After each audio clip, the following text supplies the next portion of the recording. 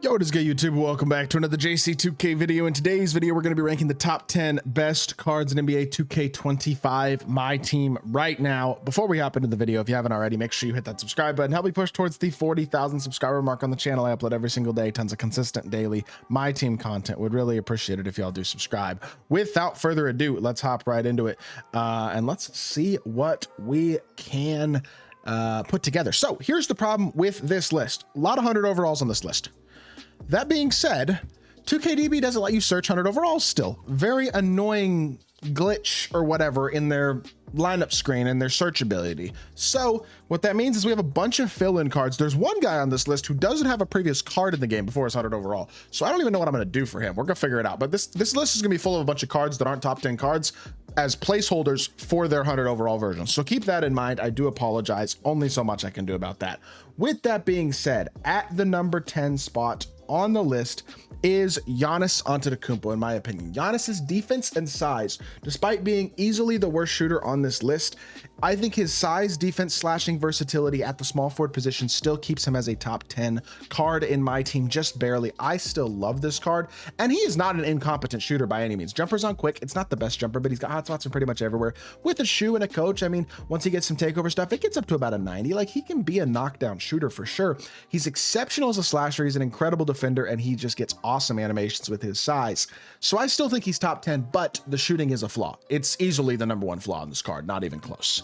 Number 9 is going to be Kareem Abdul-Jabbar, who also is not 100 overall, so he can put his normal card on here as well. 7'2" with a 7'5" wingspan. Honestly, I would consider him power forward slash center Giannis. Elite size, elite speed, elite defense, elite rebounding, especially. He gets amazing rebounding animations. Overall, just elite card. Again, he is really, really good in every way, pretty much. Awesome card.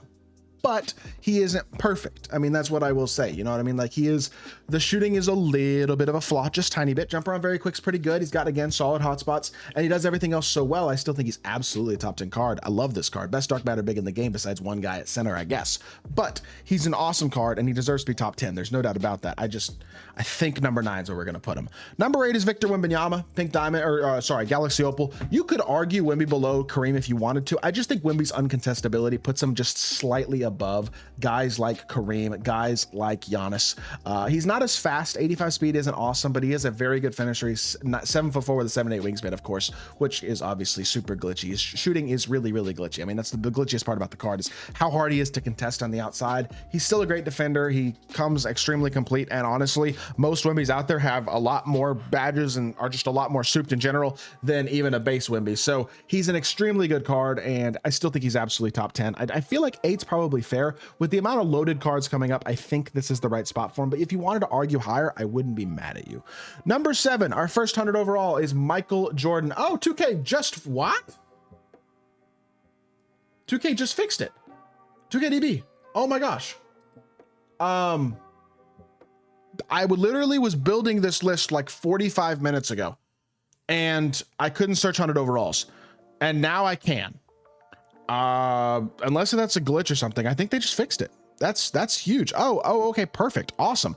I had DM'd 2KDB about it on Twitter, and they fixed it. That's awesome. So that's really, really cool, because I DM'd them about it on Twitter today, and they fixed it. That's really, really cool. Shout out to 2KDB. I should have done that like a month ago when the issues first started popping up. But there you go. That's pretty awesome. MJ is now number 7 on the list. Shout out to 2KDB for finally letting me search 100 overalls. I appreciate how quickly they responded to that as well. I literally DM'd them about it 30 minutes ago, and they already fixed it. That's sick. 6'6" with a 6'11" wingspan. MJ is amazing. The only flaw with this MJ card, in all honesty, is really nothing, but I guess not having the best behind the back. His dribble style is awesome. His escape is awesome. His release is awesome. His fade even isn't like the best fade in the game, but it's still very good. He's 6'6" with a 6'11" wingspan. Look, he's the best point guard in the game right now, 100%. There are just so many great cards still on this list. I'm sorry, I need to move him up one spot. I'm changing my opinion as I go, but I think he's 6. I don't think he's 7, because I will say the guy that I have right here is Kristaps Porzingis. I think KP is number 7 and MJ is number 6. I think that's right, because MJ gives you more shot creation. You can run your offense more.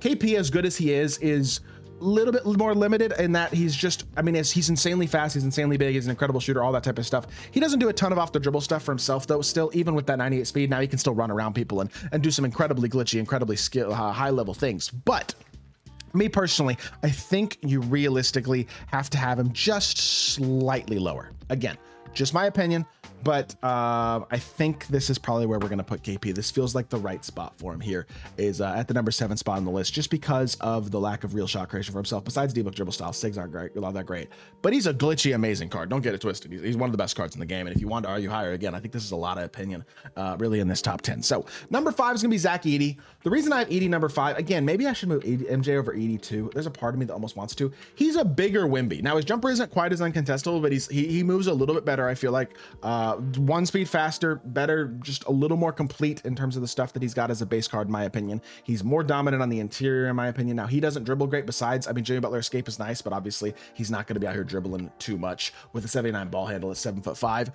but he's still an insanely glitchy, insanely good card. I mean, there's no doubt about that whatsoever. One of the best cards in my team without a shadow of a doubt, and very easily deserves to be very high up on this list. I think you could argue MJ over him if you wanted. I guess MJ gives you a lot more shot creation, obviously, but Edey, I think, is basically just a more dominant on the interior. Wemby pretty much is what he is. So I think this is about right. I think this is where we're going to go with Edey, and we're going to leave him at the number 5 spot on the list. The number 4 spot on the list is going to be occupied by Carmelo Anthony. Carmelo is a absolute monster. He is 6'7" at the shooting guard position with a 7-foot wingspan. He is basically Vince Carter, who's not quite on this top 10, but with a better movement, or far better movement, honestly. He's got a good fade too. Steph's fade is good, but Steph escape, De'Aaron Fox dribble style, just a lot better than what Vince has across the board in terms of movement. He's also an inch bigger than Vince, which I think helps him out. And honestly, Cam Thomas based with Oscar Upper might even be better than Patty Mills based with Oscar Upper. For whatever reason, Oscar Upper does not interact very well with Patty Mills based this year. It's kind of weird. It's still an awesome jumper. Don't get it twisted. And in fact, I think the best card on this list has that jump shot. But for me personally, I do prefer Carmelo over Vince at that position specifically. And I think there is, me personally, I just think Carmelo's, I mean, Vince is right here. Like I was thinking Vince might be 9, 10, 8, 9, 10. He's right in this area. Carmelo's top 5 though. I love this card. I was extremely impressed with him. His shot creation really puts him over the edge. At the number 3 spot, Shaquille O'Neal.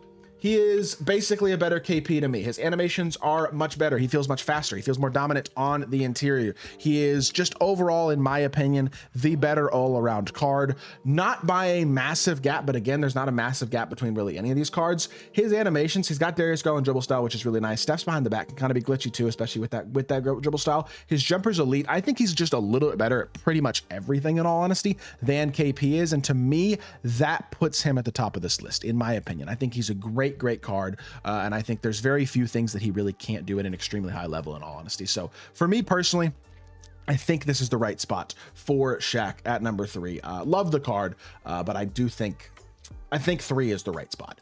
Number 2, Blake Griffin. Love this card too. He is really, I mean, he's got a serious argument for number 1. I think you could, if you want to make the argument for number 1 for him, I wouldn't be mad at you for making that argument. That's what I'll say. I think he is an absolute monster of a card with, again, no real significant flaws like that I can think of. I think he's about as good as it gets right now in my team, in all honesty. And like, if you are looking for a option at the small forward position and you have unlimited money, Blake Griffin would be a guy that would be worth getting. The problem is he's extremely expensive, just like Carmelo, just like Zach Edey. To get this card's going to cost several $100s. I love the jump shot though. Oscar's upper works really well with Jonathan Isaac base. His movement is really nice with Kemba escape, Darius Garland dribble style. I really like this card. The only reason he's not my number 1 is I wouldn't say the jumper is like insanely glitchy fast. I still think it's really good though. And so to me, he is absolutely still a top tier card on this list. I think Blake at number 2 is probably right. I go number 1 is Chris Webber, in my opinion. Chris Webber is the same position as Blake. They are, in my opinion, the 2 best cards in the game. The reason that I have C-Web over Blake is because despite my earlier complaint about the Oscar Robertson upper with the Patty Mills base, it is still one of the fastest jumpers in the game. It can be very slightly inconsistent at times, which is annoying, I will say, but I don't think it's annoying enough to really ruin the card in any way, shape, or form. I mean, he is still an absolute monster who is extremely elite. Movement-wise, very high level with Darius Garland dribble style, Steph escape.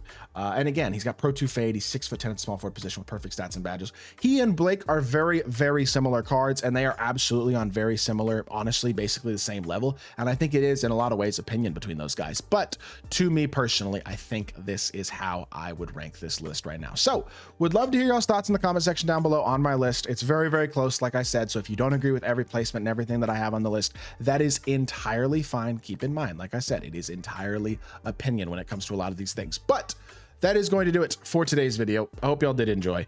If you did, make sure you hit that like button, leave a comment, and subscribe. I will be back with more 2K content very, very soon, and I appreciate y'all. Peace.